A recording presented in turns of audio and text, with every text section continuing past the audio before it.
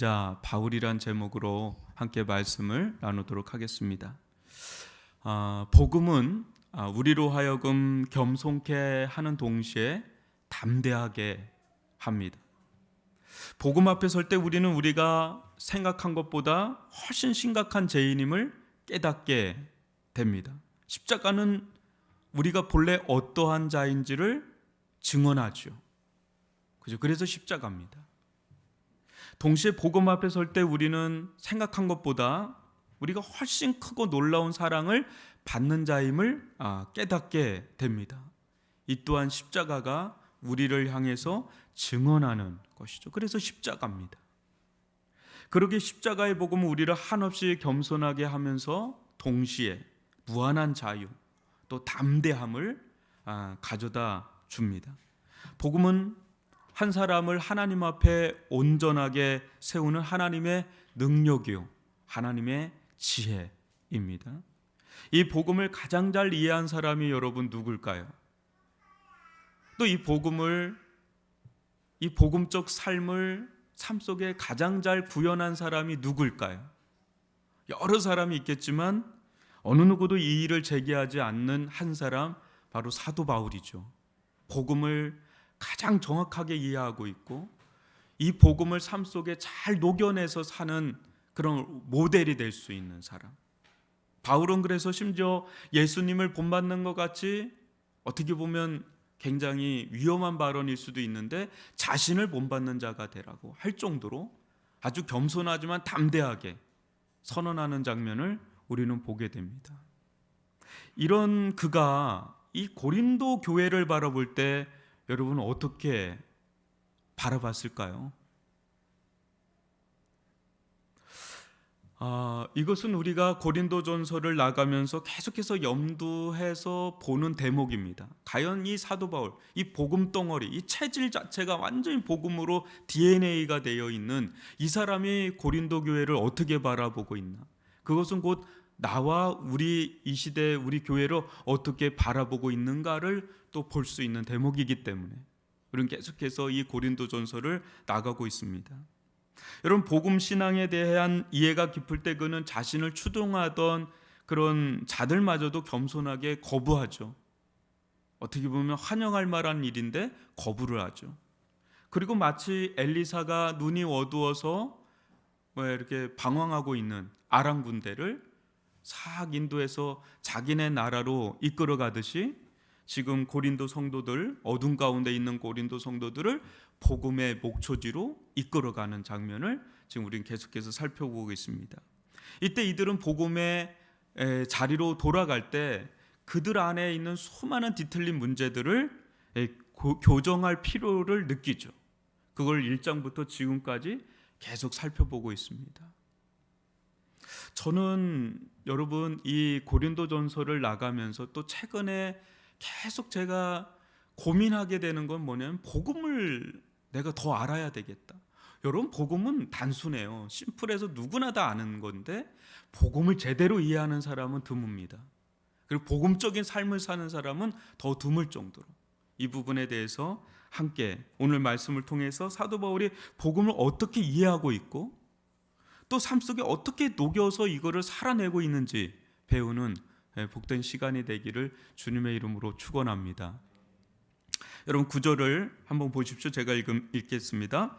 내가 생각하건대 하나님이 사도인 우리를 죽이기로 작정된 자 같이 끄트머리에 두셨음에 우리는 세계 곧 천사와 사람에게 구경거리가 되었노라.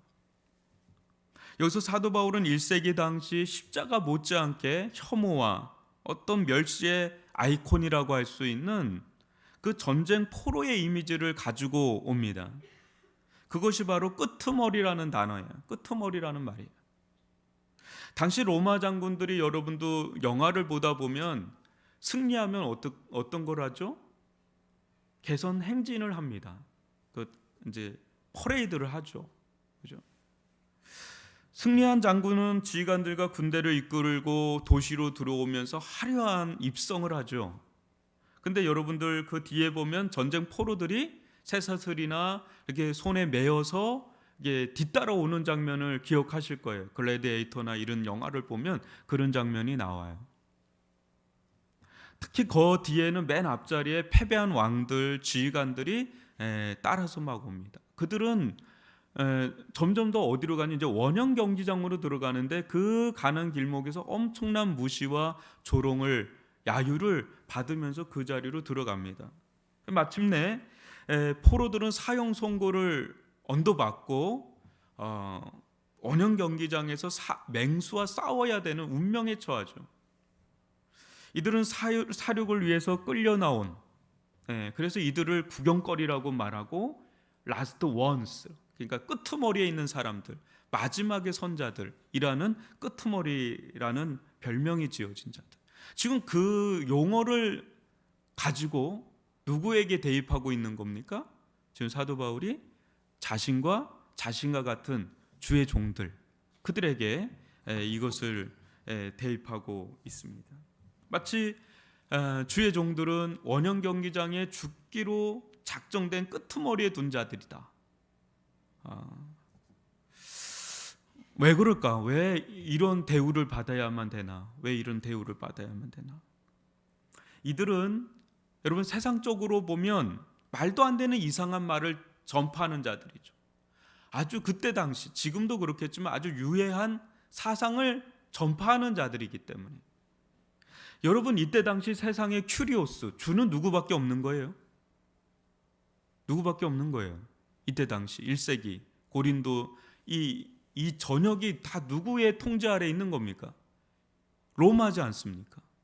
이 로마 시대에는 오직 큐리오스, 주는 누구밖에 없는 거, 로드는 오직 황제밖에 없는데 엉뚱하게도 이스라엘이라는 아주 작은 그 식민지에 그 변방 나사렛에 살던 그 30살 간 넘은 그런 말도 안 되게 보잘것없는 그 십자가에서 저주받아 죽은 유다 청년, 그 청년을 세상에 큐리오스라고 하니, 주라고 하니, 그걸 전파하고 떠벌리고 다니니 어떤 대우를 받겠습니까?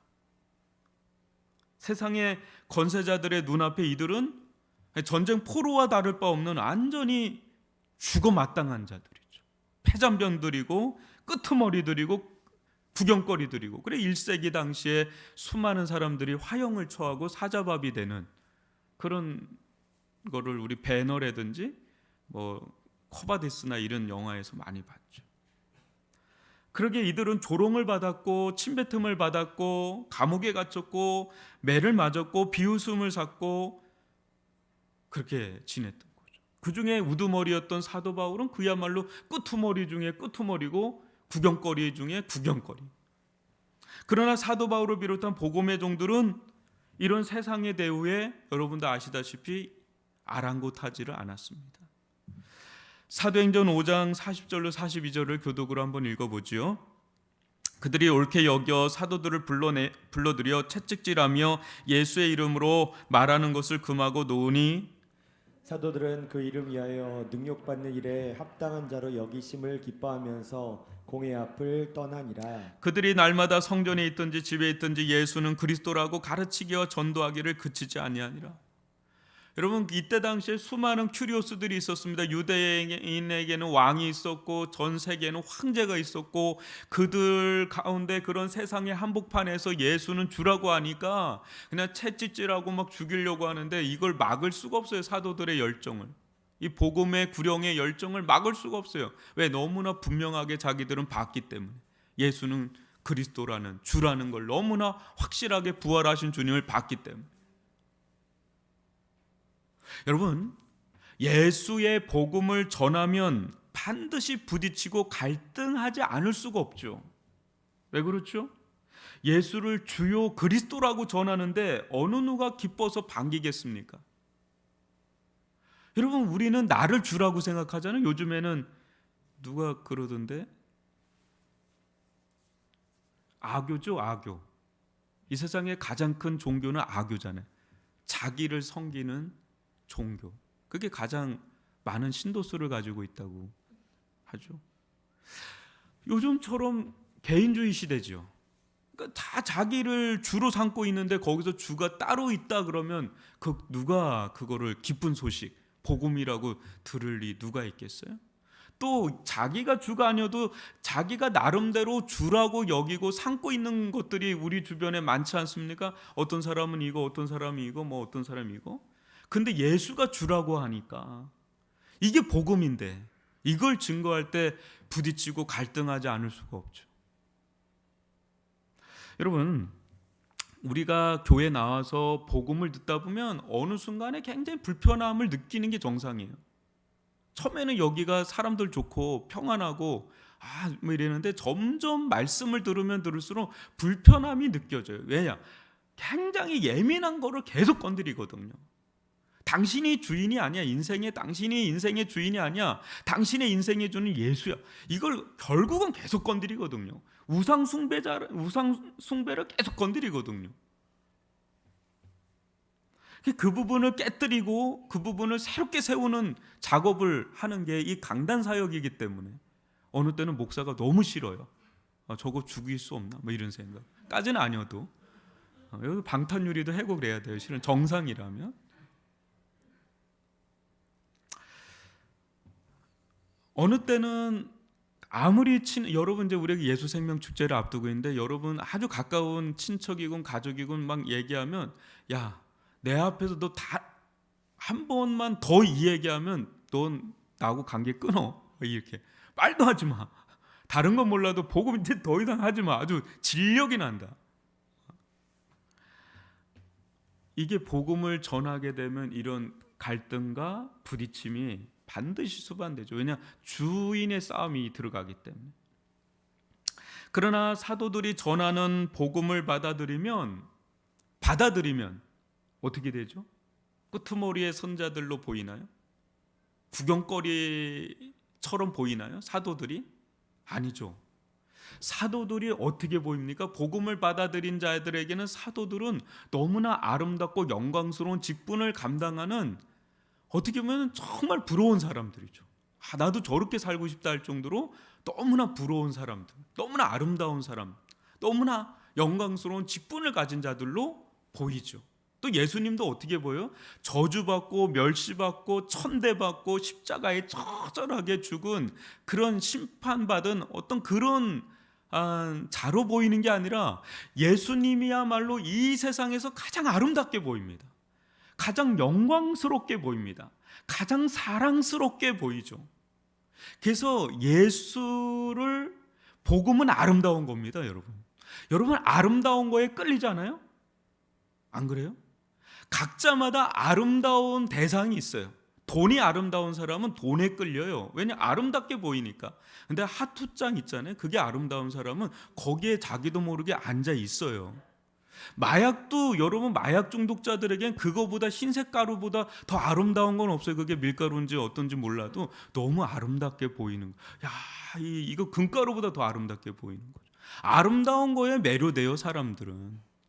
근데 복음의 눈뜬 자에게는 이 사도들이 전하는 복음의 핵심인 그 십자가, 가장 저주스럽고 가장 비참한 그 복음, 그 십자가가 여러분 가장 아름답게 매료되는 대상이 되는 줄 믿습니다. 이게 눈뜬 자예요. 이게 복음의 눈뜬 자예요. 영안이 열린 자들이죠. 여러분, 그때 변화받은 성도들은 또 어떻습니까? 이렇게 변화받은 성도들은 이 사도들처럼 세상에 나가서 오직 예수만이 주라고 증언하지 않을 수가 없는 자들로 변화되죠. 그들도 그래서 사도들처럼 끄트머리의 선자들로 갑니다. 그리고 구경거리들이 돼요. 사도들만 그랬던 것이 아니라 1세기의 수많은 성도들이 끄트머리의 선자들이 되고 구경거리가 돼서 아이들까지도 그 원형 경기장에 같이 부둥켜 앉으면서 찬송가를 부르면서 화형을 당하는 장면들, 그건 우리 기독교 역사 속에 있는 유구한 유산이고 우리나라에도 송량원, 주기철 목사님들 다 그런 역사를 우리에게 보여주는 그런 것이죠. 참된 성도는 이런 상황을 여러분 기꺼워하고 영광스러워합니다. 아멘이십니까? 그렇기 때문에 자기 자랑, 이 고린도 성도들의 빠져 있는 자기 자랑 교만이 발붙이기가 힘든 거죠. 이런 참된 복음 신앙의 눈뜬 자들 공동체에는 이런 자기 자랑과 교만이 발붙일 수가 없죠. 오직 주만이 높임을 받기에 합당하다는 인식 속에 사도들처럼 예수님처럼 더 낮고 겸손한 자리로 담대히 나가는 거예요. 자유한 마음으로 그 낮은 자리로 나아가는 거죠. 끄트머리 자리로 나아가고 구경거리 자리로 나아가는 거죠. 그 복음이 가져다주는 위대한 힘입니다. 그러나 고린도 교회 성도들은 어땠습니까? 복음의 영향을 받았어요, 처음에는. 그죠? 근데 어느 순간부터 고린도라는 도시의 영향을 받으면서 오염되기 시작하는 거죠. 변질되는 거예요. 하나님의 지혜와 능력의 총체인 복음보다 뭐에 매료돼요? 세상의 능력이라고 하는 것들, 세상의 지혜라고 하는 것들, 세상의 자랑거리들에 매료되고 그걸 추구하는 그런 일들이 고린도 교회 안에서 일어난 겁니다. 어느 순간에. 그때 세상의 성공, 어떤 과시, 그게 기준이 돼서 사람을 중심으로 모이다 보니 나는 바울파다, 나는 아볼로파다, 나는 게바파다, 나는 그리스도 직동파다라고 하는 그런 가운데 여러분 중요한 건 예수 그리스도는 온데간데 없어요. 교회에서 예수는 회자되지만 중심에 정말 예수는 없는 거예요. 더 놀라운 건 나는 아볼로파다, 나는 게바파다, 나는 바울파다 그랬는데 바울과 멀어요. 바울과 너무 상관없는 자들인데 바울파래. 아볼로를 모르는데 자기들은 아볼로파래. 그 게바를 정말 게바하고는 그 스피릿이 안 통하는데 자기들은 게바파래. 이상한 변종 현상이 일어나는 거죠. 변질 현상이 일어나는 거예요. 그 누구에게도 주소가 없는 자들이죠. 이들이 누군지 모르겠어요. 저는 보면 볼수록 고린도 성도들은 누구지? 자기들은 바울파다, 아볼파다인데 바울하고 상관이 없. 바울하고 정신이 너무 다르니까. 그때 병들고 파당과 분쟁이 생기면서 이들 가운데 가슴 아픈 일들이 아주 막 곳곳에서 일어나는 게 바로 고린도 교회 상황입니다. 여러분 이때 사도 바울 다시 한번 비꼬듯이 칭찬하는데 10절을 보십시오. 우리는 그리스도 때문에 어리석으나 너희는 그리스도 안에서 지혜롭고 우리는 약하나 너희는 강하고 너희는 존귀하나 우리는 비천하여. 뭡니까? 사도 바울을 비롯한 이 복음 신앙을 가진 자들이 이들의 눈에는 어떻게 보이냐면 너무 어리석어 보이는 거예요. 사도 바울도 어리석어 보이고 또 그 참된 신앙을 가진 자들이 이렇게 볼 땐 너무 어리석어 보이고 또 너무 약해 보이고 너무 천해 보이는 거예요. 반면에 자신들은 누구보다 지혜로워 보이는 거예요. 고린도 교회 성도들은 스스로 굉장히 지혜로워 보이고 강해 보이고 또 존귀해 보이기까지. 그러니까 막 판단하고 정죄하고 거기서 왕노릇하고 머리 위에 있고. 왜? 자기들은 지혜롭고 존귀하고 강하니까. 이들은 여러분 그리스도인들이에요. 고린도 성도들. 근데 육적 그리스도인들이에요. 육적인 그리스도인들. 그러니까 이들은 예수의 복음이 실상은 부끄러워요. 그리고 예수가 가신 길도 부끄러워요. 그리고 약하다고 판단이 드는 거죠.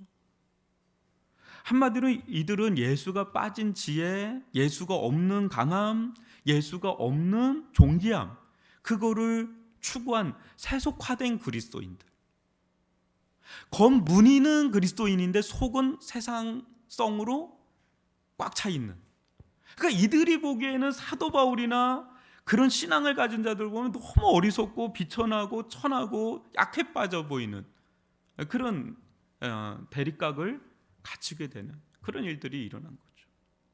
그러다 보니 교회 내에서 여러분 어떤 일이 일어나냐면 세상에서 지혜롭다는 자들, 세상에서 좀 잘 나간다고 하는 강한 자들, 세상에서 존귀하다고 인정받는 그런 자들이 교회에서 중심 역할을 하면서 똘똘 뭉치는 그런 현상이 일어나는 거예요. 그게 이제 겉으로 나는 게 바울파다, 아볼파다, 게바파다 이렇게 된 거예요.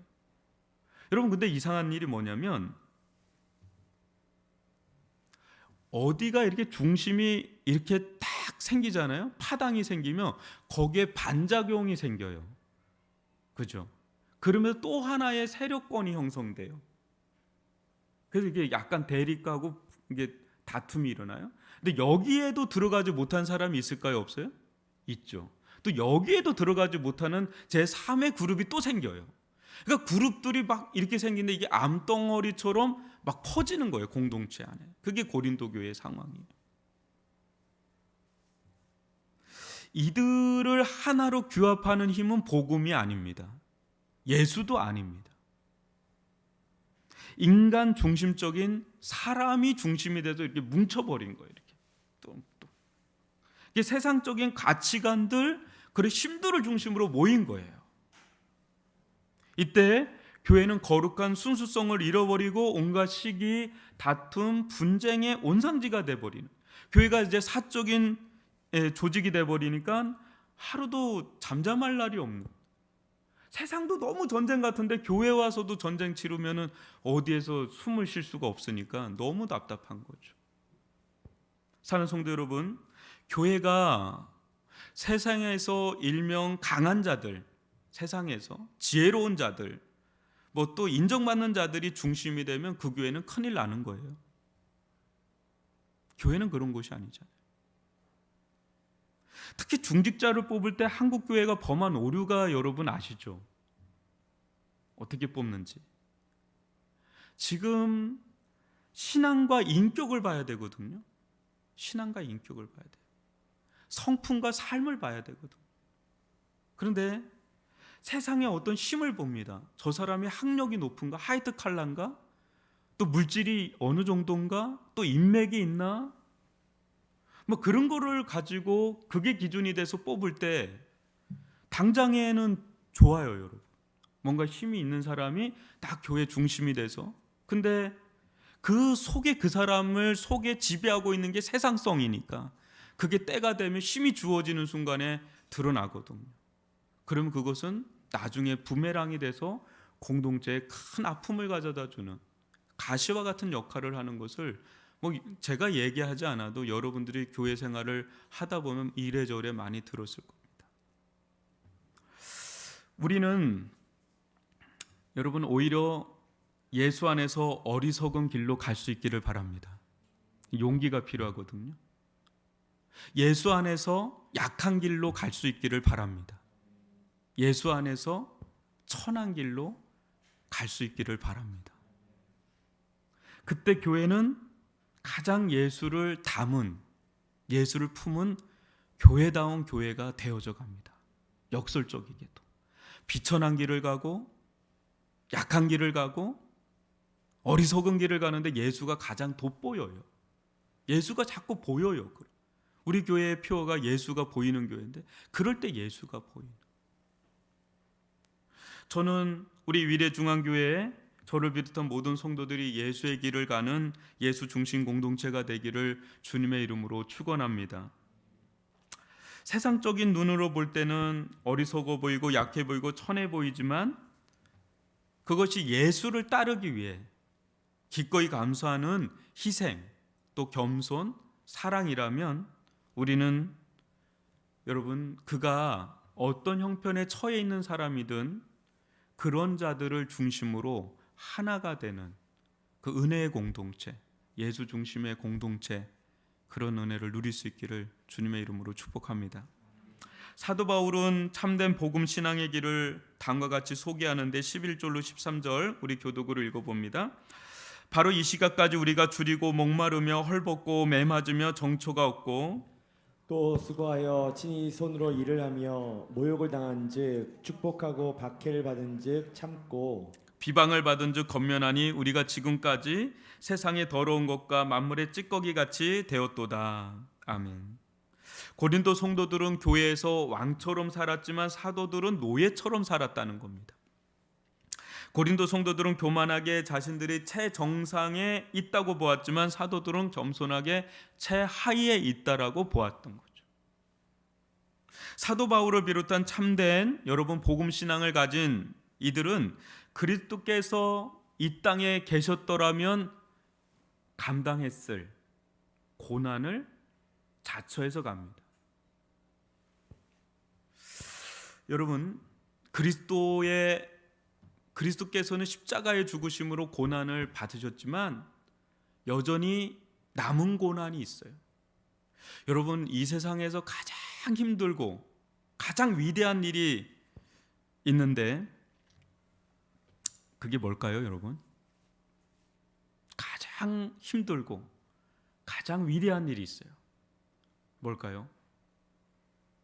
사도 바울이 왜 이렇게 줄이고 목마르고 헐벗고 매맞고 정처 없이 수고하고 모욕을 당하고 박해를 받고 비방을 받고 만물의 찌꺼기와 오물 더러운 것을 닦아내는 일을 하는 그 근본에 뭐가 있을까요, 여러분? 사도들이 해야 되는 가장 큰 일, 가장 어려운 일이에요. 동시에 가장 위대한 일입니다. 뭘까요? 어렵나요? 죄를 감당하는 겁니다. 죄. 이 세상에서 여러분, 죄보다 더 더럽고 추한 게 없잖아요. 여러분 알잖아요? 아무리 아름다운 사람, 멋있는 사람이 있어도 그 사람에게서 죄의 냄새가 펄펄 나면 그렇게 추하고 더러울 수가 없잖아요. 내 죄도 더럽고 추해서 감당하기가 힘든데 다른 이들의 죄를 감당한다고 한번 생각해 보세요. 이것보다 어려운 게 없어요. 여러분, 오늘 하루를 살고 일주일을 살면서 여러 가지 일도 어렵지만 여러분, 가정에서, 회사에서, 사회에서 사람들과 만날 때 뭐가 제일 힘들죠? 일이 힘드나요? 물론 일이 힘듭니다. 그러나 그 사람의 어떤 연약함, 그 사람의 허물, 그 사람의 죄, 이런 게 드러나고 그 관계를 끊을 수가 없고 계속해서 맞닿아서 그거를 감당해야 되고 감내해야 될 때 그때 엄청 힘든 거예요. 그게 어떤 사람이 너무 교만해요. 어떤 사람이 너무 그 시기심이 너무 강해요. 어떤 사람은 누구를 계속 헐뜯어요. 막 이런 사람들과 같이 그게 접해서 계속해서 그 사람을 감당해줘야 되고 인내해줘야 되고 참아줘야 되고, 여러분 어느 순간에 머리털 다 빠져요. 어느 때는 너무 버거워서. 결국은 그 한 사람을 감당하는 게, 특히 그 사람의 죄와 허물을 감당하는 게 그리스도의 남은 고난이에요, 여러분. 그게 정말 뒤지다꺼리하는 거예요. 근데 그 감당해야 되는 거죠. 그 사람을 인내해주고 참아주고 겸손하게 품어주고. 여러분, 멀리 있는 관계는 어렵지 않아요. 어느 정도 거리가 있는 사람은 전혀 나한테 영향을 안 줘요. 근데 집안에 있는 사람이 나를 힘들게 하잖아요. 그죠? 가까이 있는 사람이 나를 너무 힘들게 하잖아요. 멀리 있는 사람은 별로 안 힘들게 해요. 가까이 있는 사람, 그 사람의 모든 게 다 드러나잖아요. 그거를 감당해 나가는 것. 그때 뭔가 더럽고 찌꺼기 같은 일들 또 다 보지 않습니까? 그거 다 감당하는 거죠. 어느 때는 여러분 구역질이 나죠. 역겹고 막 그 사람의 추한 게 막 드러나면 그래도 감당해 나가는. 그리스도께서 우리를 위해 감당해 주신 은혜, 그 사랑을 기억하고 한 사람 한 사람을 해산의 수고를 하듯 감당할 때, 어느 때가 되면 놀랍게 변화되는 것을 또 보게 되죠. 야, 이 사람이 이렇게 변화됐나? 이 사람이 이렇게 변화될 수 있나? 막 그런 거를 볼 때 어떻게 돼요? 내가 그리스도의 성품을 닮아가는 열매를 맺게 되죠. 그걸 성화라 그래요. 여러분, 성화는 절대 혼자 성화가 안 이루어져요. 공동체에서 섬기면서 누군가를 인내해주고 누군가를 참아주고 끝까지 품어주고, 그럴 때 내 영혼이 깎이면서 거기서 성화가 이루어지고 거룩한 성품이 형성되지. 그거 좀 힘들면 피하고 좀 힘들면 피하고 그러면 여러분, 그 사람은 어떤 신앙인지 잘 몰라요. 또 검증도 안 돼 있고 그래요. 여러분, 이것보다 축복이 없고 이것보다 큰 상급이 없습니다. 그래서 이게 금과 은과 같은 것들이에요. 타지 않는 공력 같은 거죠. 오늘날 우리들은 어떻습니까? 세상에서도 그렇고 교회에서도 그렇고 굳은 일을 하고 싶어 하지 않는 세대예요. 좀 더 폼나 보이고 드러나 보이고 있어 보이고 세련돼 보이고 싶어 해요. 좀 더 편하게 살고 싶고 될 수만 있다면 편리하게 살고 싶은, 그게 이 시대 문화입니다. 그죠? 편리주의 시대. 그런 거죠. 그때 굳은 일, 교회에서도 별 볼 일 없는 일들은 누구의 몫이 되냐면 별 볼 일 없는 사람들이 해야 되는, 그리고 조금 뭔가 학력이 있고 물질이 있고 뭔가 세상에 힘 있는 사람들은 다 대우받는 자리에 앉고 싶고, 굳은 일은 아유 너나 해야 되는 일, 그러면서 점점 교회 안에서도 차등이 일어나게 되는. 여러분, 교회는 그런 곳이 아니고 하나님은 또 다 아세요. 그거를 우리가 무슨 마음을 품고 사는지를 다 아신단 말이에요.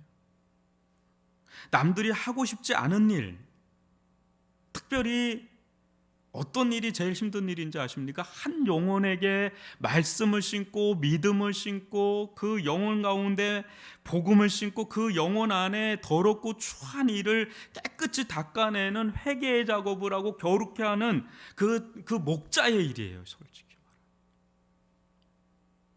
그 목자의 일이 가장 힘들어요. 여러분, 제자방에서 목자 역할이 제일 위대한 일입니다.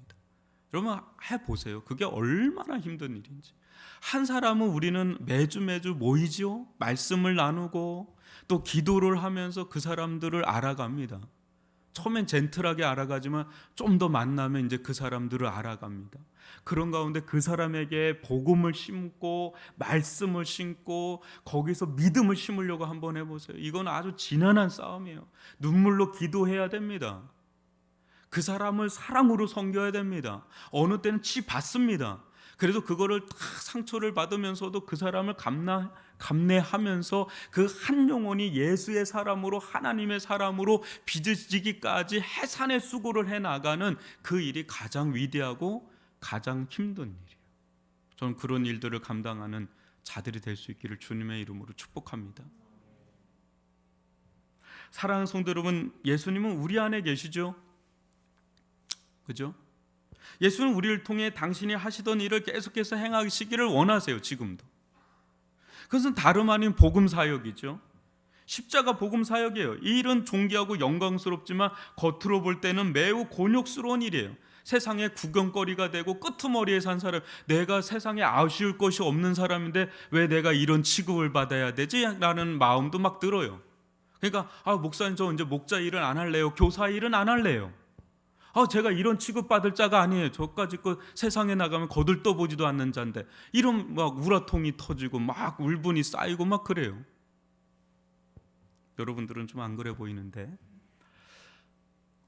우리가 뭐 매맞거나 뭐 이런 일은 없는데 영혼의 이게 감정의 매를 맞죠. 너무 힘든 사람, 막 뭐 이렇게 정신적으로 어려운 사람 만나면, 아주 성격이 또 이상한 사람 만나면 막 그냥 뭐 견딜 수가 없습니다. 근데 이 길을 우리가 이제 걸어가는 거죠. 사도 바울이 그 길을 갔고 또 복음에 젖은 사람들은 이제 이 길을 가죠. 근데 이 길을 가려고 한다 그럴 때 절대 고린도 성도들의 정신으로는 이 길을 갈 수가 없죠. 자아가 팔팔 살아서는 이 길을 갈 수가 없죠. 자기가 죽고 내 안에 예수가 펄펄 살아도 쉽지 않은 길이죠. 그러니까 그 길을 이제 예수로 충만할 때 이제 우리는 이 길을 자유롭게, 그러나 또 담대하게 이 길을 또 걸어가죠. 그때 여러분, 그런 자들이 모여 있는 공동체가 그게 영적인 공동체, 복음의 공동체, 예수 중심의 공동체. 근데 이런 일들은 다 안 하고 어떤 폼나고 뭐 드러나고 뭐 내가 가시하고 자랑하고 막 그런 사람들을 중심으로 교회가 자꾸 형성이 되면 점점 그 교회는 세상적인 공동체, 아주 인간적인 공동체로 변질돼서 아주 경직된 공동체, 예수의 생명이 일어날 수가 없는, 변화가 일어날 수 없는 그런 고린도 교회와 같이 전락하고 마는, 이 사도 바울은 끄트머리로 가는 거죠. 그리고 찢기가 되고 만물의 찢기가 되는 낮은 자리로 가서 다른 사람 타인의 그 죄의 더러움을 다 닦아내는 그런 일들을 하는. 그렇지만 그 일은 가장 고상한 일이 돼, 가장 고귀한 일이 돼. 그런 은혜를 우리도 누리면서 나는 죽고 예수가 사는 겸손한 공동체, 복음에 젖어 있는 공동체, 그런 위례중앙 교회, 예수가 보이는 공동체 될 수 있기를 주님의 이름으로 축복합니다. 여기에 능력이 있어요. 약해 보이지만 능력이 있고요, 어리석어 보이지만 지혜로운 거고요, 천해 보이지만 그게 존귀한 공동체고 존귀한 성도의 길을 갈 수 있다는 것, 그런 은혜를 누릴 수 있기를 주님의 이름으로 축복합니다.